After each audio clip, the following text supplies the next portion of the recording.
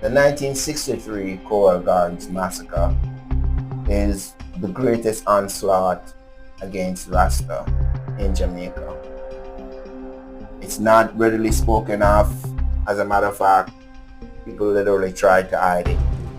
But we have the tea, we have the sauce, we have the names, we have the entire backstory.